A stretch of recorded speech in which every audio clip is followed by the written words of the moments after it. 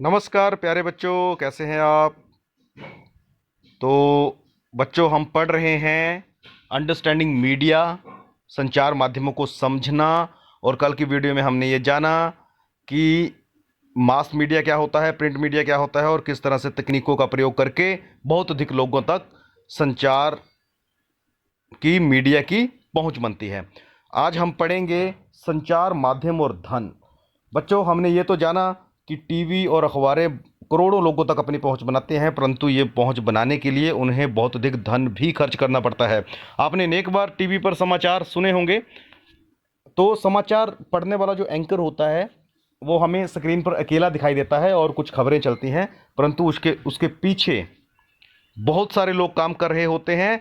समाचार के स्टूडियो में केवल समाचार वाचक को ही वेतन नहीं दिया जाता, बल्कि और क्या क्या होता है, बल्कि बहुत सारे लोग होते हैं जो प्रसारण में सहायक होते हैं। इसमें वे लोग सम्मिलित हैं जो कैमरा व प्रकाश की व्यवस्था करते हैं। और जनसंचार माध्यम निरंतर बदलते रहते हैं, इसलिए नवीनतम तकनीक जुटाने पर भी बहुत अधिक धन व्यय होता है। और ये धन कहाँ से आता है, इसलिए इसका मतलब है कि कोई समाचार चैनल चलाने के लिए या कोई भी टीवी चैनल चलाने के लिए बहुत अधिक धन की आवश्यकता होती है। ये धन आता है, अधिकांश टीवी चैनल और समाचार पत्र किसी बड़े व्यापारिक प्रतिष्ठान का भाग होते हैं, व्यापारियों से आता है। एड्स आपने देखी होंगी, एड्स आती हैं ना, आपने ध्यान दिया होगा।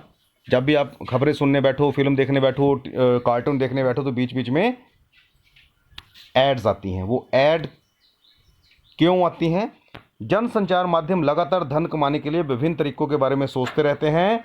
एक तरीका जिसके द्वारा जनसंचार माध्यम धन अर्जित करते हैं विभिन्न वस्तुओं के विज्ञापन का है। ये विज्ञापन को बोलते हैं एडवर्टाइजमेंट। तो किस किस चीज़ की एडवर्टाइजमेंट आती है, सोचे जरा। हाँ, यहाँ पे लिखा है कारें, चॉकलेट, कपड़े, मोबाइल फ़ोन आदि आदि। और कोल्ड ड्रिंक्स की आती है, और बाइक्स की आती है, वेरी गुड। और सोप्स की आती है, पेस्ट की आती है, तो इस तरह से सीमेंट की आती है। तो इस तरह से अनेक एड्स टीवी के ऊपर चलती हैं और ये अपनी मशहूरी करने के लिए, अपनी प्रसिद्धि करने के लिए समाचार चैनल को या उस चैनल को, चाहे वो फिल्मों का चैनल है चाहे वो नाटकों का चैनल है, उसको पे करते हैं, धन खर्च करते हैं। टेलीविज़न पर क्रिकेट का मैच देखते हुए भी हर ओवर के बाद बार बार वही विज्ञापन दिखाए जाते हैं। इस तरह आप बार बार उन छवियों को देखते हैं तो क्या होता है, आपके मन में एक पिक्चर बनती है। और फिर आप जब बाहर निकलते हो, बाज़ार में जाते हो, तो आपके मुंह पे वो उस चीज़ का नाम चढ़ जाता है और आप बाज़ार में जाओगे तो आप उसी चीज़ की डिमांड करोगे। तो इसलिए विज्ञापन दिखाए जाते हैं। इससे कंपनी को तो फ़ायदा होता ही है, परंतु जो समाचार चैनल होते हैं, टीवी चैनल्स होते हैं, वो भी यहाँ से उनकी एडवर्टाइजमेंट करने के पैसे लेते हैं। तो यहाँ पे देखिए, यहाँ पे ये एक टीवी स्टूडियो के अंदर का दृश्य दिखाया गया है। यहाँ पर टीवी पर तो एक खबर चल रही है जहाँ पर एक ही चेहरा दिखाई देगा, परंतु इतने लोग पीछे काम कर रहे हैं। कोई आवाज़ देख रहा है, साउंड क्वालिटी देख रहा है, कोई उसकी पिक्चर क्वालिटी देख रहा है, कोई कैमरामैन है, कोई सैटेलाइट के साथ संबंध स्थापित कर रहा है, कोई इंटरनेट कनेक्शन देख रहा है। तो बहुत सारे लोग यहाँ पे कार्यरत होते हैं। प्यारे बच्चों, आगे हम पढ़ेंगे कि संचार माध्यम और लोकतंत्र में क्या संबंध है। लोकतंत्र हम पहले भी पढ़ चुके हैं। एक ऐसी शासन व्यवस्था होती है जहाँ पे जनता अपने लिए वोट डाल के अपने लिए सरकार चुनती है और वो सरकार जनता के लिए ही कार्य करती है। तो लोकतंत्र में देश और संसार के बारे में समाचार देने और उसमें होने वाली घटनाओं पर चर्चा करने में संचार माध्यमों की भूमिका अत्यंत महत्वपूर्ण है। यहाँ तक कि जो मीडिया है, इसे लोकतंत्र में चौथा पिल्लर कहा जाता है। मतलब अगर मान लीजिए कोई ये बिल्डिंग है जो चार पिल्लरों पर खड़ी है, तो उसमें एक महत्वपूर्ण पिल्लर संचार माध्यम मीडिया भी है हमारा। क्यों है? क्योंकि मीडिया संचार माध्यमों से नागरिक जान सकते हैं कि सरकार किस प्रकार काम कर रही है। आप आए दिन अखबारों में, टीवी के माध्यम से सरकार द्वारा किए जा रहे सही काम, सरकार की कमियां या सरकार को दिए जा रहे सुझाव लोगों को आ रही दिक्कतें, इस बारे में विस्तार से आप पढ़ते हैं और जानते हैं। तो इस तरह संचार माध्यमों से सरकार की कारगुजारी जनता तक पहुंचती है। और अब जनता क्या कर सकती है? पत्र लिखकर, संबंधित मंत्री को पत्र लिखकर, सार्वजनिक विरोध आयोजित करके, हस्ताक्षर अभियान चलाकर सरकार को अपने कार्यक्रम पर पुनर्विचार करने का आग्रह कर सकती है, या फिर मीडिया के माध्यम से भी अपनी बात को रख सकती है।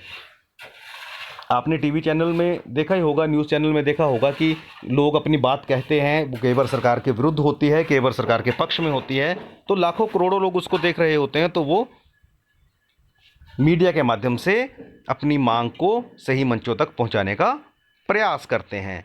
परंतु कई बार क्या होता है कि समाचार लिखने का एक तरीका होता है।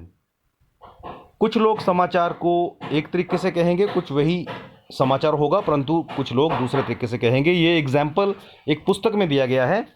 प्रदूषण फैलाने वाले कारखानों पर वज्रपात, विरोधियों द्वारा चक्का जाम, यातायात रुका।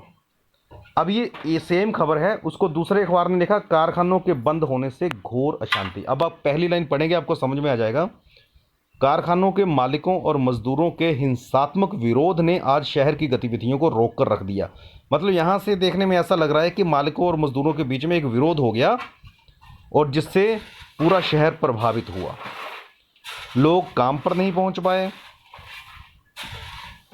पर दूसरा अखबार इसको लिखता है कि शहर के वास्तविक क्षेत्र में 1 लाख कारखानों का बंद होना एक गंभीर समस्या हो सकता है। तो वहाँ पे जो एक सामान्य झगड़ा लग रहा था, यहाँ पे बहुत बड़ी समस्या लग रही है कि 1 लाख कारखाने बंद हो गए तो लोग बेरोजगार हो रहे हैं। सोमवार को हजारों कारखाना मालिक व कामगार कारखाना बंदी पर अपना कड़ा विरोध जताने के लिए सड़कों पर उतर आए। तो सेम न्यूज़ को कई बार अलग अलग तरीके से दर्शाया गया है। तो यहाँ पे समझाया भी गया है कि वास्तविकता तो यह है कि यदि आप इनमें से कोई एक समाचार पत्र पढ़ेंगे तो आप एक ही पक्ष जान पाएंगे। अगर आपने, जैसे यहाँ पे न्यूज़ ऑफ इंडिया लिखा गया है, तो आप विरोधियों की बातें आपको व्यर्थ उत्पात लगेंगी। यातायात की व्यवस्था को बाधित किया और अपने कारखानों से शहर में प्रदूषण फैलाते रहना आपके मन में उनकी बुरी छवि को अंकित करेगा। वहीं आप दूसरी न्यूज़ पेपर में देखेंगे तो वहाँ पे बताया गया कि असल समस्या क्या थी। समस्या ये थी कि कारखाने बंद हो गए, बहुत से लोगों ने अपनी रोजी रोटी खो दी। तो इसलिए कहा जाता है कि संतुलित रिपोर्ट होनी चाहिए। जो मीडिया है, मीडिया के ऊपर एक बहुत बड़ी जिम्मेवारी भी होती है कि वो एक ही पक्ष ना दिखाए।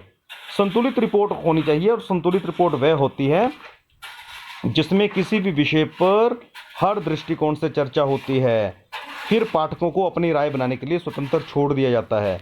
आपने इस बात को थोड़ा समझिएगा कि अगर टीवी रिपोर्टर या अखबार वाला आपको अपना ही पक्ष बताता रहता है और अपनी सोच आपके ऊपर थोपता है, तो वो सही पत्रकारिता, सही मीडिया का रोल नहीं माना जाएगा। जो मेन रोल ऑफ मीडिया है वो है खबर के हर पक्ष को पाठकों तक पहुंचाना। उसके बाद पाठक अपने तरीके से अपनी राय बनाएं। और संतुलित रिपोर्ट लिखना कब लिखेगा व्यक्ति? जब वो स्वतंत्र होगा। स्वतंत्र संचार माध्यमों से तात्पर्य है कि उनके द्वारा समाचारों को कोई भी नियंत्रित या प्रभावित ना करे। यदि कोई व्यक्ति कोई सरकार का नुमाइंदा होगा तो वो सरकार के पक्ष में ही हमेशा खबर लगवाएगा, जो सरकार का विरोधी होगा वो हमेशा सरकार के विरोध में लगाएगा। तो मीडिया के ऊपर एक बड़ी जिम्मेवारी होती है कि संतुलित खबरें आएँ। तो अब आप थोड़ा सा समझ रहे हैं कि किस तरह से खबरें आती हैं, किस तरह से टीवी चैनल काम करते हैं। तो आज अब जब समाचार देखें तो आप ये समझें कि क्या पत्रकार अपनी सोच आपके मन पर थोप रहा है या आपको स्वतंत्र सोच के लिए प्रेरित कर रहा है। तो बच्चों, कार्यपत्र को हल करिएगा। धन्यवाद। जय हिंद, जय हिमाचल।